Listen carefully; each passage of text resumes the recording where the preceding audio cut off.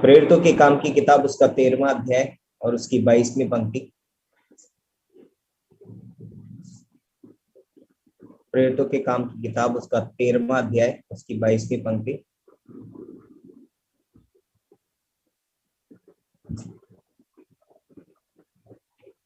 फिर उसने अलग करके दाऊद को उनका राजा बनाया, जिसके विषय में उसने गवाही दी कि मुझे एक मनुष्य ईशे का पुत्र दाऊद मेरे मन के अनुसार मिल गया है, वही मेरी सारी इच्छा पूरी करेगा। पहला कुरिन्थियों उसका 2 अध्याय उसकी 16वीं पंक्ति। क्योंकि प्रभु का मन किसने जाना है कि उसे सिखलाए, परंतु हम में मसीह का मन है। आइए हम प्रार्थना करते हैं। परमेश्वर पिता, हम धन्यवाद देते हैं, तेरे नाम को ऊंचा उठाते हैं, तेरी महिमा तेरी स्तुति करते हैं। खासकर हम प्रार्थना करते हैं इस समय की तू अपने वचन के द्वारा हमसे बातें करना, पवित्र आत्मा के द्वारा अगुवाई करो। प्रभु यीशु मसीह के नाम से मांगते हैं, आमीन। तो आज हम मसीह के मन के विषय में सोच सकते हैं, मनन कर सकते हैं कि यहाँ पर जो 13वां अध्याय है प्रेरितों के काम की किताब उसका 22वीं पंक्ति में लिखा है कि ईशे का पुत्र दाऊद मेरे मन के अनुसार मिल गया है।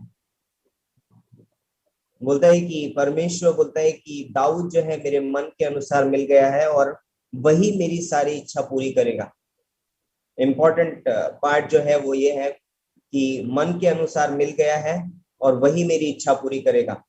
यदि कोई व्यक्ति बोलता है कि मन के अनुसार नहीं है,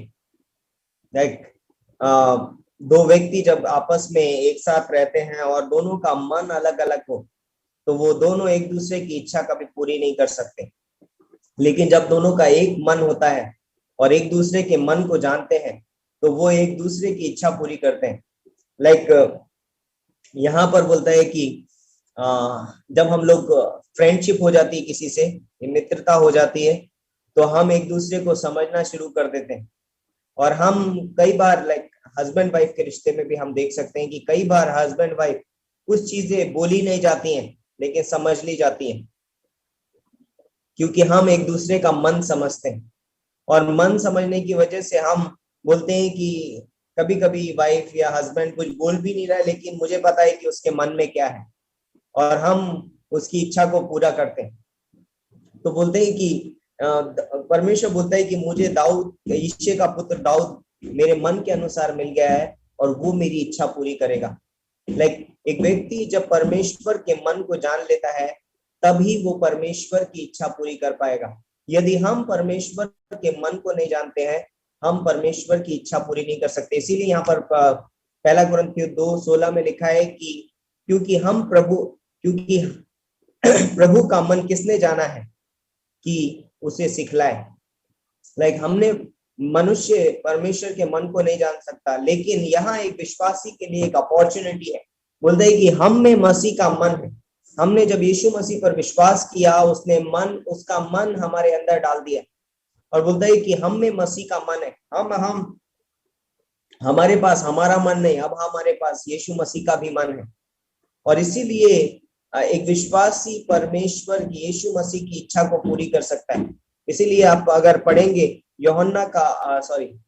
फिलिपियों का बोलता है कि 4 अध्याय उसकी 11वीं पंक्ति से लेकर 13वीं पंक्ति तक पौलुस वहां पर बोलता है कि मैं तृप्त रहना भी जानता हूँ, मैं बढ़ना भी जानता हूँ, मैं घटना भी जानता हूँ, और जो मुझे सामर्थ देता है उसमें मैं सब कुछ कर सकता हूँ। 13वीं पंक्ति में बोलता है कि जो मुझे सामर्थ देता है उसमें मैं सब कुछ कर सकता हूँ। आज मसीह का मन हमारे पास है और वो मसीह का मन हमें संतुष्ट करता है। आज मैं चीजों को प्राप्त करने के लिए परिश्रम नहीं करता हूँ, लेकिन आज मेरे पास मसीह का मन है और उस मन की वजह से मैं क्या रहता हूँ, संतुष्ट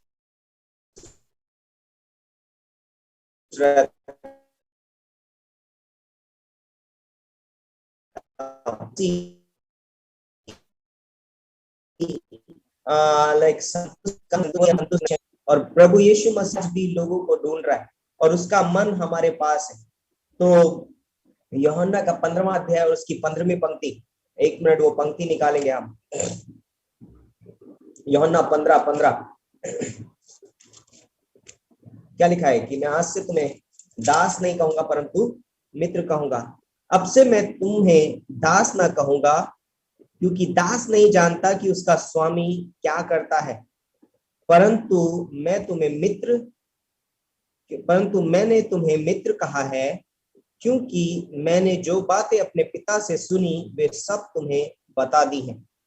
तो बोलता है कि मैं आज से तुम्हें दास नहीं कहूंगा परंतु मित्र कहूंगा। एक मित्र जो है वो मित्र के मन को समझता है। यीशु मसीह ने आज हमें दास नहीं बनाया है, यीशु मसीह ने आज एक विश्वासी को अपना मित्र बनाया है ताकि हम उसके मन को समझ सके। तो मित्र जो होता है बोलता है कि एक दूसरे को मन को समझता है, और वही मित्रता बोलता है कि एक विश्वासी को यीशु मसीह के साथ रखना बहुत जरूरी है। और जब हम वो मित्रता रखते हैं, बोलते हैं कि हम मसीह के मन को समझ पाते हैं। तो जब हम चेलों के विषय में अगर बात करें तो हम जानते हैं कि जब उन्होंने यीशु मसीह को अपने जीवन में ग्रहण किया और जब उन्होंने यीशु मसीह के पीछे चलना शुरू किया, जब उन्होंने यीशु मसीह से सुना, तो बोलते हैं कि उन्होंने अपना जीवन प्रभु यीशु मसीह को दे दिया। और हम जानते हैं कि आने वाले समय में जब उन्हें बोलते हैं कि एक तरीके से शहीद होना पड़ा, लेकिन उन्होंने वो करना नहीं छोड़ा जो यीशु मसीह ने उनसे कहा था। वो यीशु मसीह के मन को लेकर के आगे बढ़े। उन्होंने अपने मन की इच्छाओं को पूरा नहीं किया।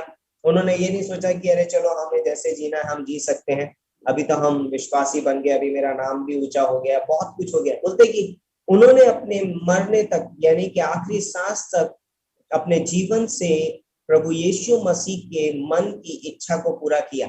तो बोलता है कि एक मित्र, बोलता है कि एक जो परमेश्वर के मन को जानता है वही उसकी इच्छा को पूरी कर सकता है।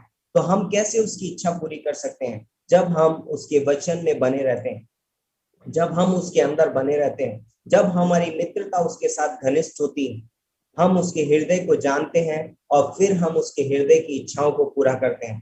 तो बहुत इंपॉर्टेंट है कि हम एक विश्वासी होने के नाते और एक मिशनरी लीडर अगुवे होने के नाते हम में मसीह का मन है और हम आज यीशु मसीह के मित्र हैं।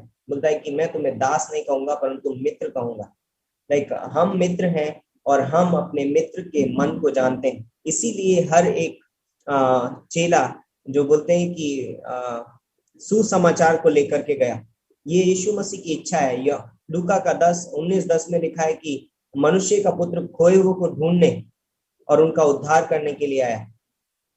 मनुष्य का पुत्र खोए हुए को ढूंढने, उनका उद्धार करने के लिए आया। और वही मन आज हमारे अंदर उसने हमको डाला है। और बोलता है कि वो जब हम उसके मन को लेकर के जाते हैं तो हम उसकी इच्छा को पूरा करते हैं।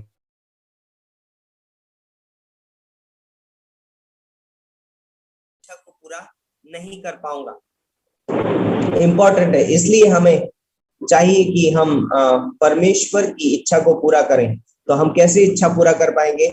जब हम उसके मन को प्रकट करेंगे।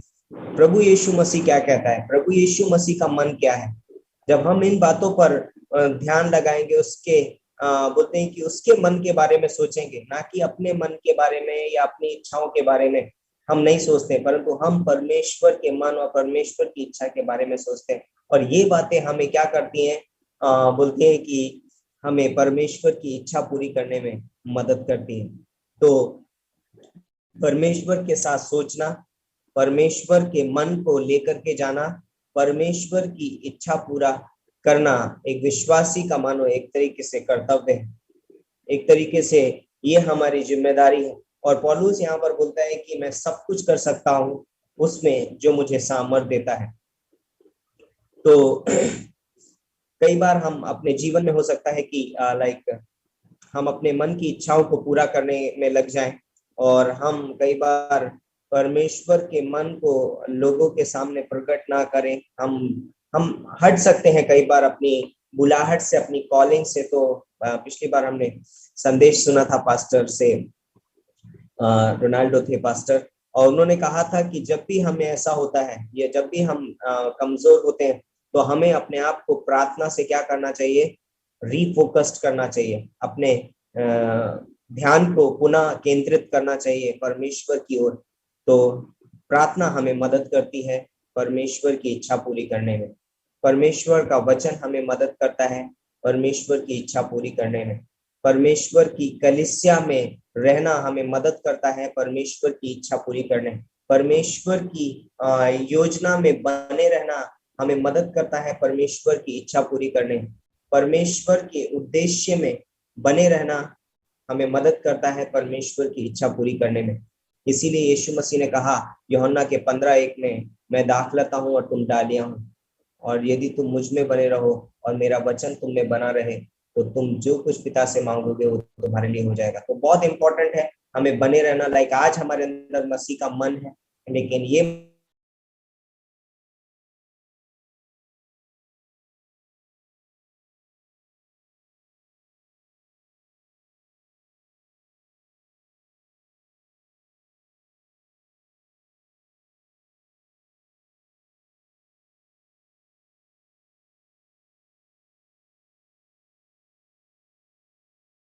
हमें, थैंक यू।